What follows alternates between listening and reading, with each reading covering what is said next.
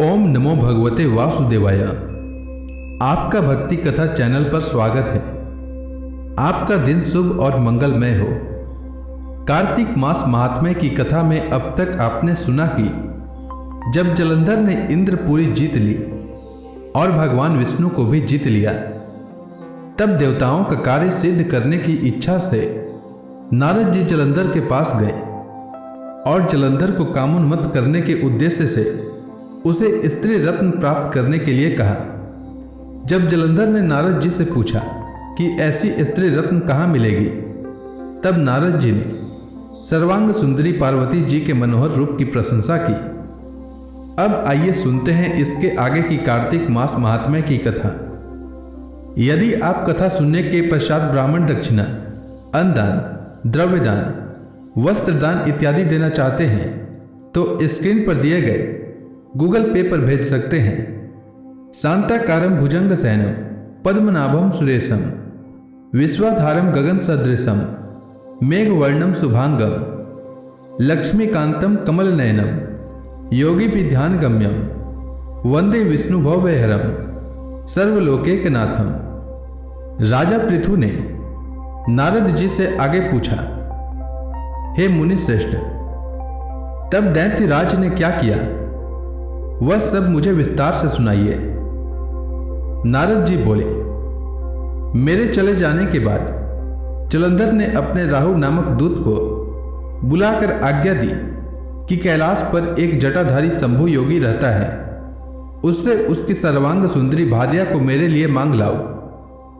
तब दूत शिव के स्थान पर पहुंचा, परंतु नंदी ने उसे भीतर सभा में जाने से रोक दिया, किंतु वह अपनी उग्रता से शिव की सभा में चला ही गया और शिव जी के आगे बैठकर दैत्यराज का संदेश का सुनाया। उस राहु नामक दूत के ऐसा कहते ही भगवान शूलपाणी के आगे पृथ्वी फोड़कर एक भयंकर शब्द वाला पुरुष प्रकट हो गया, जिसका सिंह के समान मुख था। वह नृसिंह राहु को खाने चला। राहु बड़े जोर से भागा, परंतु उस पुरुष ने उसे पकड़ लिया। उसने शिव जी की शरण ले अपनी रक्षा मांगी। शिव जी ने उस पुरुष से राहु को छोड़ देने को कहा, परंतु उसने कहा, मुझे बड़ी जोर की भूख लगी है, मैं क्या खाऊं। महेश्वर ने कहा, यदि तुझे भूख लगी है, अपने हाथ और पैरों का मांस भक्षण कर ले।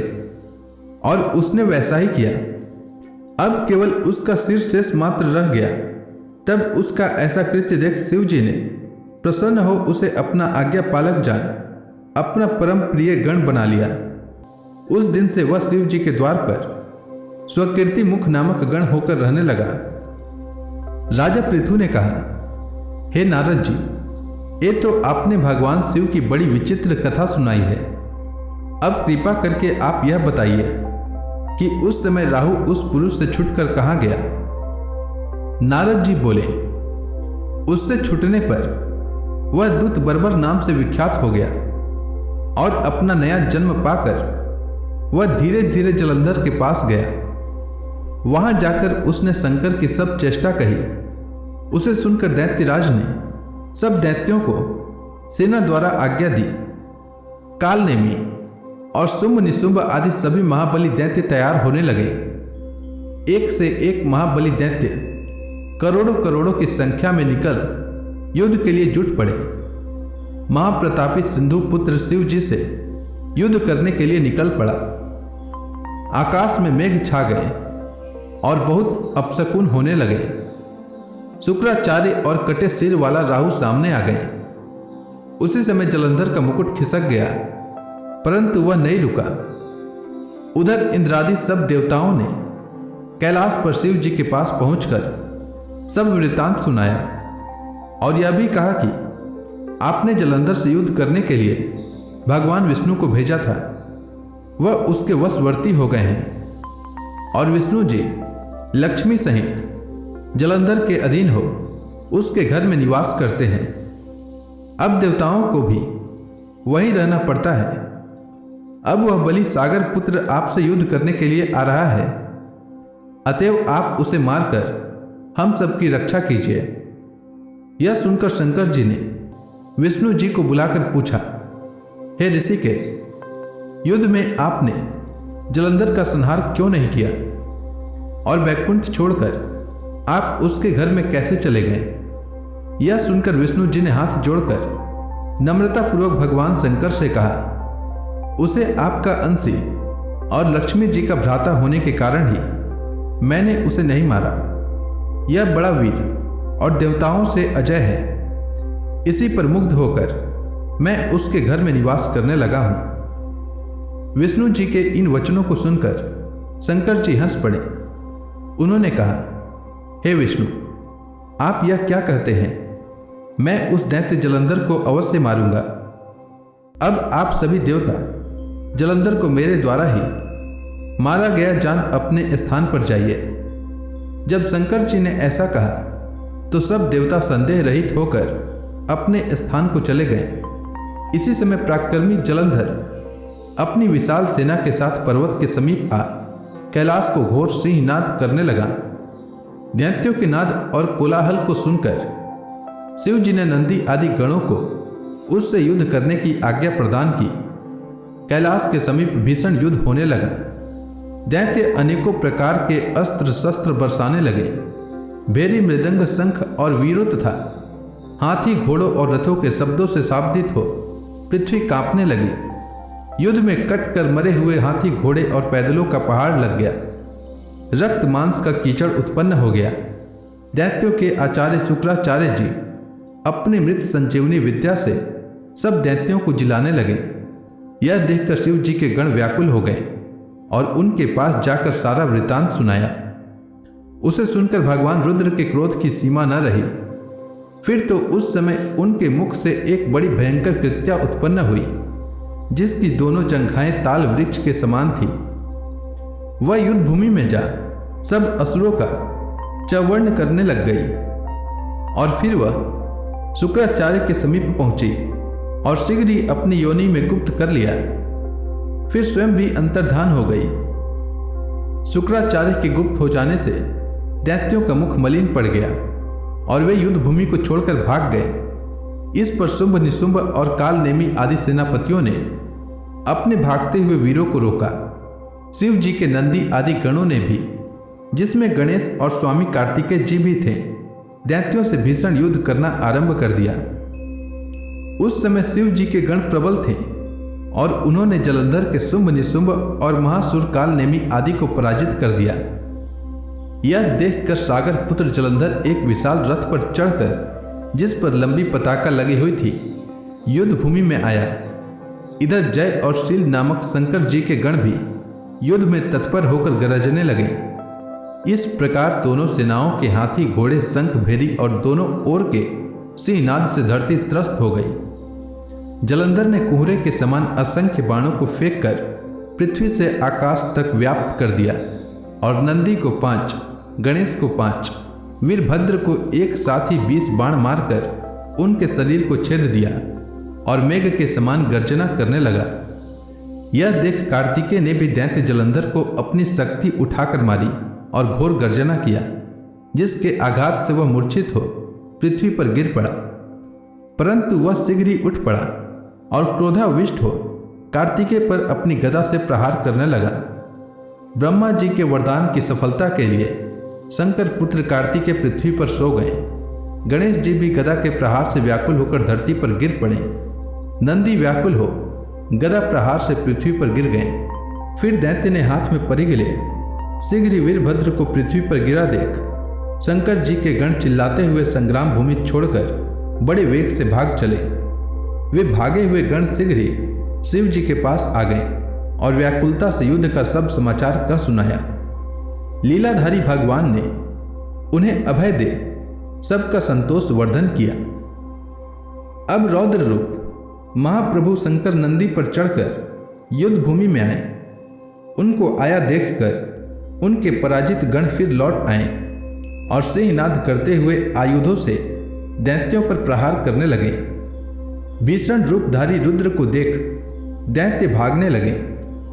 तब जलंधर हजारों बाण छोड़ता हुआ शंकर जी की ओर दौड़ा। उसके शुंभ, निशुंभ आदि वीर भी शंकर जी की ओर दौड़े। इतने में शंकर जी ने जलंधर के सब बाण जालों को काट अपने अन्य बाणों की आंधी से दैत्यों को अपने फरसे से मार डाला। खड़गोरमा नामक दैत्य को अपने फरसे से मार डाला और बलाहक का भी सिर काट दिया। घसमर भी मारा गया और शिव गणचिसी ने प्रचंड नामक दैत्य का सिर काट डाला। किसी को शिव जी के बैल ने मारा और कई उनके बाणों द्वारा मारे गए। यह देख जलंधर अपने शुंभ आदि दैत्यों को धिक्कारने और भयभीतों को धैर्य देने लगा, पर किसी प्रकार भी उसके भयग्रस्त दैत्य युद्ध को न आते थे। जब दैत्य सेना पलायन आरंभ कर दिया, तब महाक्रोध जलंधर ने शिव जी को ललकारा और 70 बाण मारकर शिव जी को दग्ध कर दिया। शिव जी उसके बाणों को काटते रहे, यहाँ तक कि उन्होंने जलंधर की ध्वजा, छत्र और धनुष को काट दिया। फिर 7 बाण से उसके शरीर में भी तीव्र आघात पहुंचाया। धनुष के कट जाने से जलंधर ने गदा उठाई। शिव जी ने उसकी गदा के टुकड़े कर दिए। तब उसने समझा कि शंकर मुझसे अधिक बलवान है, अतएव उसने गंधर्व माया उत्पन्न कर दी और अनेक गंधर्व अप्सराओं के गण पैदा हो गए। वीणा और मृदंग आदि बाजों के साथ नृत्य व गान होने लगा। इससे अपने गणों सहित रुद्र भी मोहित हो एकाग्र हो गए। उन्होंने युद्ध बंद कर दिया। फिर तो काम मोहित जलंधर बड़ी शीघ्रता से शंकर का रूप धारण कर वृषभ पर बैठकर पार्वती जी के पास पहुंचा। उधर जब पार्वती जी ने अपने पति को आते देखा तो अपने सखियों का साथ छोड़ दिया और आगे आई। उन्हें देख कामातुर जलंधर का वीरपात हो गया। गौरी ने उसे दानव समझा। वह अंतर्धान हो उत्तर की मानस पर चली गई। तब पार्वती ने विष्णु जी को बुलाकर उस दैत्य का वह कृत्य कहा और यह प्रश्न किया कि क्या आप इससे अवगत हैं। भगवान विष्णु ने उत्तर दिया, आपकी कृपा से मुझे सब ज्ञात है।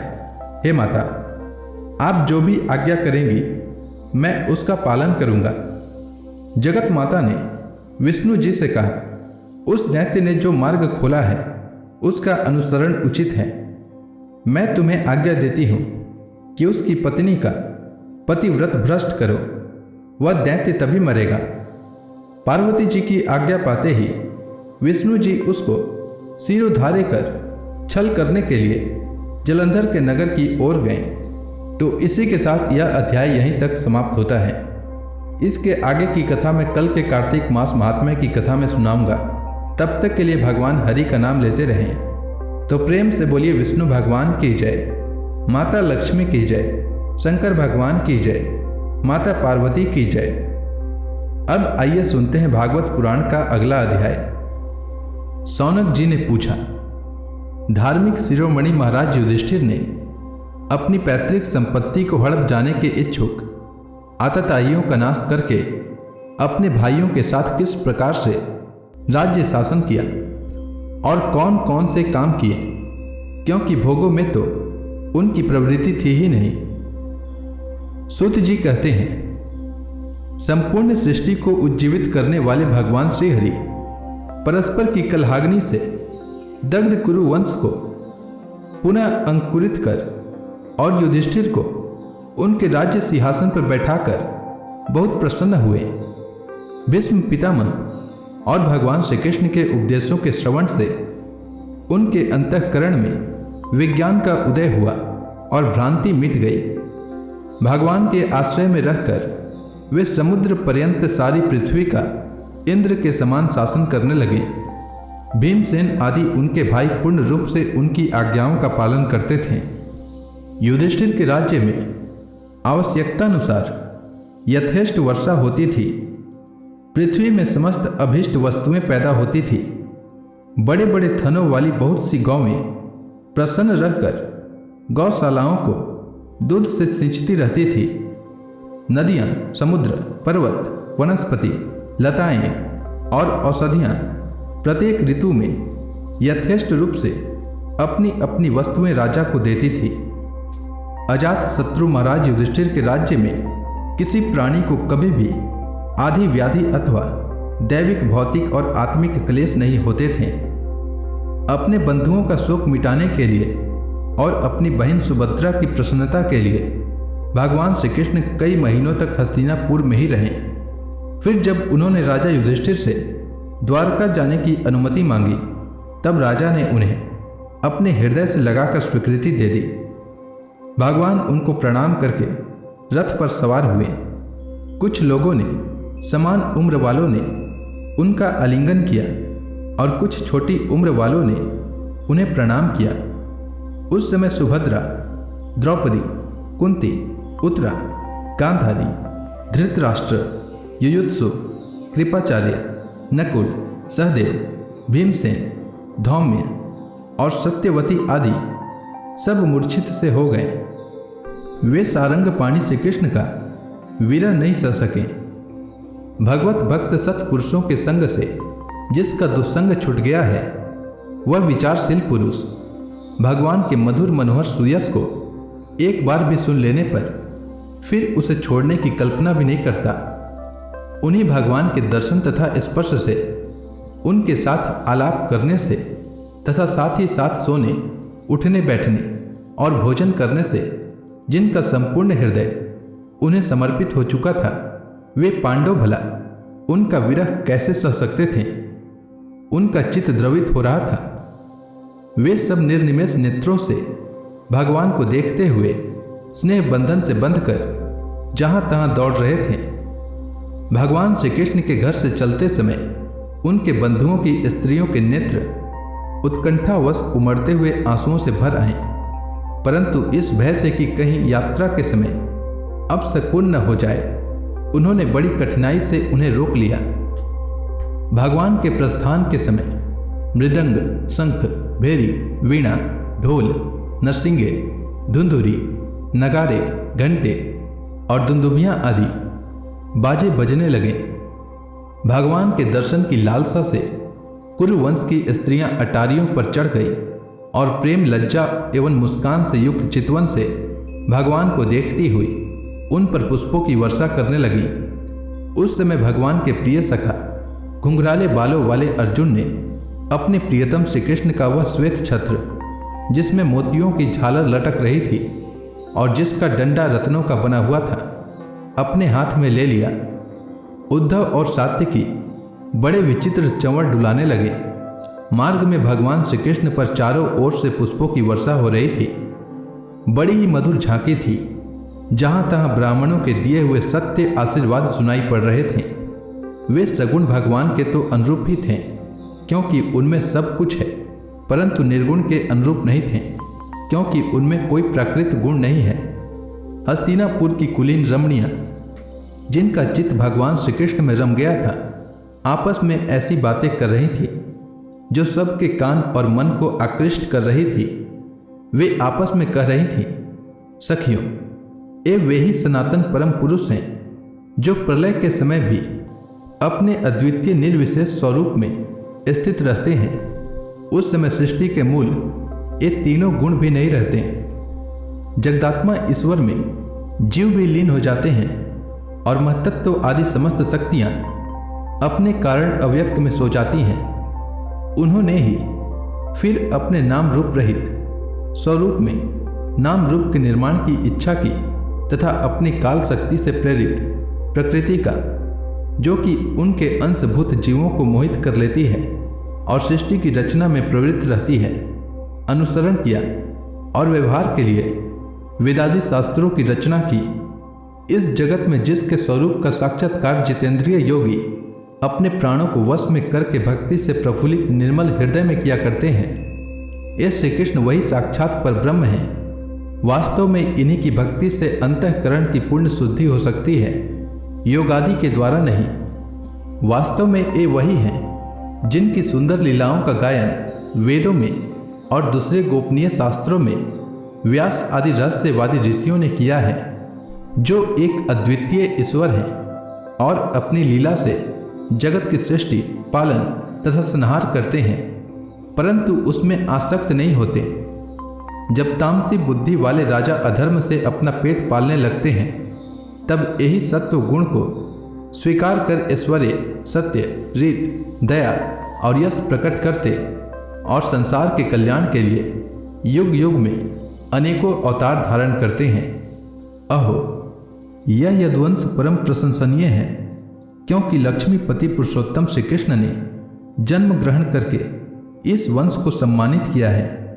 यह पवित्र मधुवन व्रजमंडल भी अत्यंत धन्य है, जिसे इन्होंने अपने शैशव एवं किशोरावस्था में घूम फिर कर सुशोभित किया है। बड़े हर्ष की बात है कि द्वारका ने स्वर्ग के यश का तिरस्कार करके पृथ्वी के पवित्र यश को बढ़ाया है। क्यों न हो, वहाँ की प्रजा अपने स्वामी भगवान श्री कृष्ण को, जो बड़े प्रेम से मंद मंद मुस्कुराते हुए उन्हें कृपा दृष्टि से देखते हैं, निरंतर निहारती रहती हैं। सखी, जिनका इन्होंने पानी ग्रहण किया है, उन स्त्रियों ने अवश्य ही व्रत, स्नान, हवन आदि के द्वारा इन परमात्मा की आराधना की होगी, क्योंकि वे बार बार इनकी उस अधर सुधा का पान करती हैं, जिसके स्मरण मात्र से ही व्रजबालाएं आनंद से मूर्छित हो जाया करती थीं। इस स्वयंवर में शिशुपाल आदि मतवाले राजाओं का मान मर्दन करके जिनको अपने बाहुबल से हर लाए थे, तथा जिनके पुत्र प्रद्युम्न, सांब, आंब आदि हैं, वे रुक्मणी आदि 8 पटरानियां और भौमासुर को मारकर लाई हुई जो इनकी हजारों अन्य पत्नियां हैं, वे वास्तव में धन्य हैं, क्योंकि इन सभी ने स्वतंत्रता और पवित्रता से रहित स्त्री जीवन को पवित्र और उज्जवल बना दिया है। इनकी महिमा का वर्णन कोई क्या करे। इनके स्वामी साक्षात कमल नयन भगवान श्री कृष्ण हैं, जो नाना प्रकार की प्रिय चेष्टाओं तथा पारिजात आदि प्रिय वस्तुओं की भेंट से इनके हृदय में प्रेम एवं आनंद की अभिवृद्धि करते हुए कभी एक क्षण के लिए भी इन्हें छोड़कर दूसरी जगह नहीं जाते। हस्तिनापुर की स्त्रियां इस प्रकार बातचीत कर ही रही थी कि भगवान श्री कृष्ण मंद मुस्कान और प्रेम पूर्ण चितवन से उनका अभिनंदन करते हुए वहां से विदा हो गए। अजात शत्रु युधिष्ठिर ने भगवान श्री कृष्ण की रक्षा के लिए हाथी, घोड़े, रथ और पैदल सेना उनके साथ कर दिए। उन्हें स्नेहवश यह शंका हो आई थी कि कहीं रास्ते में शत्रु इन पर आक्रमण न कर दे। सुदृढ़ प्रेम के कारण कुरुवंशी पांडव भगवान के साथ बहुत दूर तक चले गए। वे लोग उस समय भावी विरह से व्याकुल हो रहे थे। भगवान श्री कृष्ण ने उन्हें बहुत आग्रह करके विदा किया और सात्यकी, उद्धव आदि प्रेमी मित्रों के साथ द्वारका की यात्रा की। सौनक जी, वे कुरुचांगल, पांचाल, सुरसेन, यमुना के तटवर्ती प्रदेश ब्रह्मावर्त, कुरुक्षेत्र, मत्स्य, सारस्वत और मरुधन्व देश को पार करके सौवीर और आभिर देश के पश्चिम आनर्त देश में आए। उस समय अधिक चलने के कारण भगवान के रथ के घोड़े कुछ थक से गए थे। मार्ग में स्थान स्थान पर लोग उपहार आदि के द्वारा भगवान का सम्मान करते। सायंकाल होने पर वे रथ पर से भूमि पर उतर आते और जलाशय पर जाकर संध्या वंदन करते। यह उनकी नित्य चर्या थी। तो इसी के साथ भागवत पुराण का यह अध्याय यहीं समाप्त होता है। इसके आगे की कथा मैं कल के कार्तिक मास महात्म्य की कथा में सुनाऊंगा। तब तक के लिए भगवान हरि का नाम लेते रहें। तो प्रेम से बोलिए विष्णु भगवान की जय, भगवान श्री कृष्ण की जय, माता लक्ष्मी की जय, समस्त देवी देवताओं की जय।